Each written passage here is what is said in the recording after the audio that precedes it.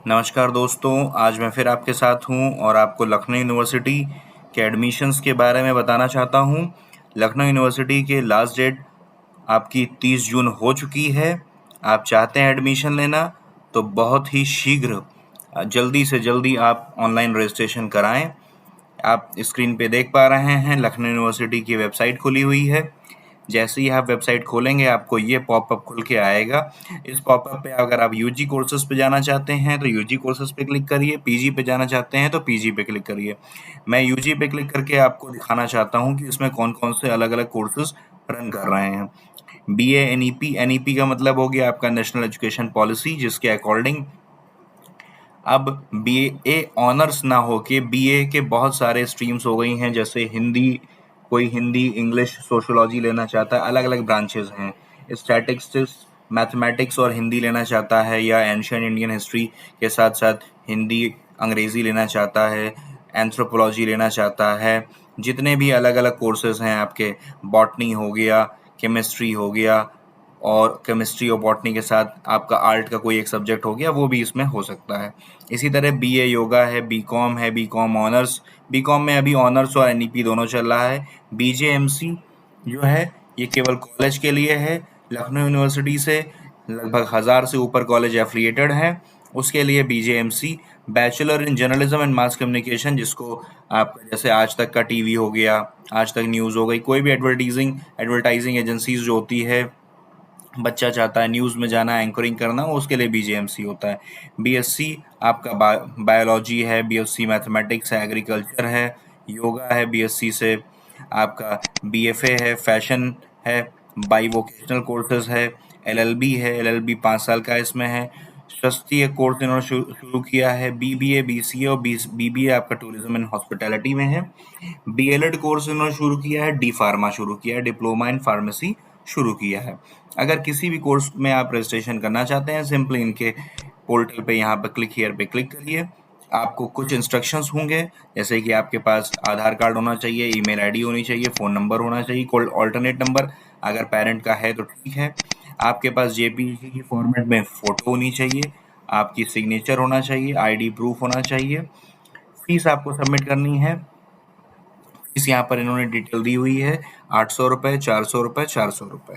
EWS का certificate अगर आपके पास है, जैसे कि आर्थिक रूप से कमज़ोर जो लोग हैं उनका सर्टिफिकेट अगर आपके पास है तो वो भी आप सबमिट कर सकते हैं।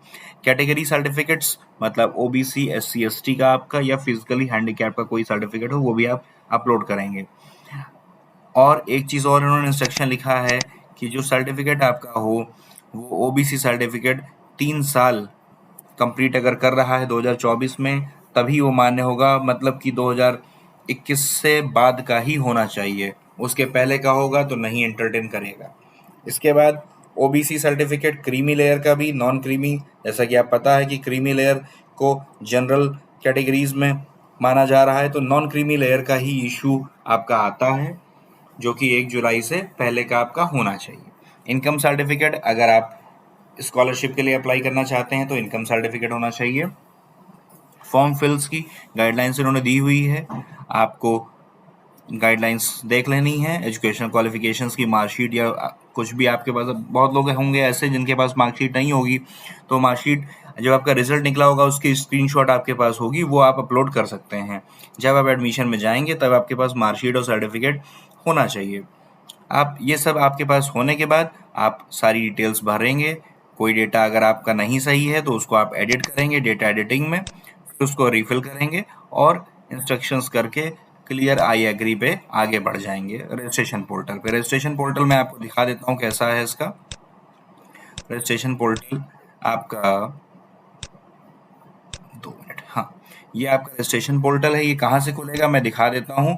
ये सिंपली यहाँ पर आपका ऑनलाइन रजिस्ट्रेशन का ऑप्शन आ रहा है, आप इस पर क्लिक करेंगे तो आपका रजिस्ट्रेशन पोर्टल आराम से ओपन हो जाएगा आपका। इसमें क्या है, आपको सबसे पहले अपना नाम भरना है, डेट ऑफ बर्थ भरनी है, ईमेल आईडी फिल करनी है, फ़ोन नंबर भरना है, पापा का नाम, पापा का मिडिल नेम नहीं है तो स्पेस दे के आगे बढ़ जाना है, मदर्स का। उसके बाद आपको जेंडर, डोमिसाइल, कास्ट सर्टिफिकेट ये सब फिल करना है। सारी डिटेल फिल करके करस्पॉन्डेंस एड्रेस अब बहुत लोग सोचते हैं करस्पॉन्डेंस का मतलब होता है, करस्पॉन्डेंस का मतलब हो गया कि आपको लेटर, मान ली कोई भी सूचना भेजनी है बाई पोस्ट, तो वो आपको बनाना लिखना आपको करस्पॉन्डेंस एड्रेस कहलाता है। अगर कोई परमानेंट एड्रेस है, परमानेंट एड्रेस का मतलब है जहाँ आप मूल निवास करते हैं। जैसे कि बहुत लोग यहाँ पर आते हैं गांव से, तो गांव आपका मूल निवास है, उसका कुछ एड्रेस होगा, वो आपको डालना है। जहाँ आप यहाँ रह रहे हैं, किराए पे रह रहे हैं, रेंट पे रह रहे हैं, पेइंग गेस्ट हैं, तो वहाँ आपका करस्पॉन्डेंस एड्रेस आप डाल सकते हैं।